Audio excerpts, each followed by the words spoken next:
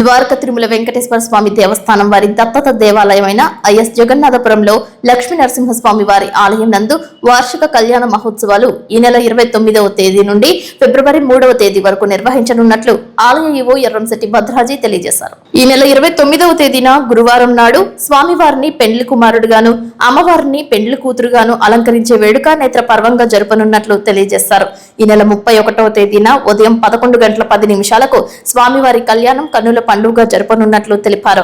ఫిబ్రవరి 3వ తేదీన రాత్రి 7 గంటలకు శేషవాహనంపై కోవెల ప్రదక్షిణలు, శ్రీ పుష్పయాగం, పవలింపు సేవతో ఉత్సవాలు ముగుస్తాయని ఆలయ ప్రధాన అర్చకులు తెలియజేశారు. లక్ష్మీ నరసింహస్వామి కళ్యాణోత్సవం భాగంలో దేవాలయ పరిసర ప్రాంతాలను శుభ్రపరిచారు. భక్తుల సౌకర్యార్థం చలువ పందిళ్లు, ప్రత్యేక క్యూ లైన్లు ఏర్పాటు చేశారు. ఈ దేవాలయాన్ని వివిధ రకాల విద్యుత్ దీపాలతో అలంకరణ చేశారు. స్వామివారిని దర్శించడానికి భక్తులకు ఎటువంటి అసౌకర్యాలు కలగకుండా ఆలయ ఈవో ఎర్రంశెట్టి భద్రాజీ ముందస్తు జాగ్రత్తలు తీసుకుని ఏర్పాట్లు చేశారు.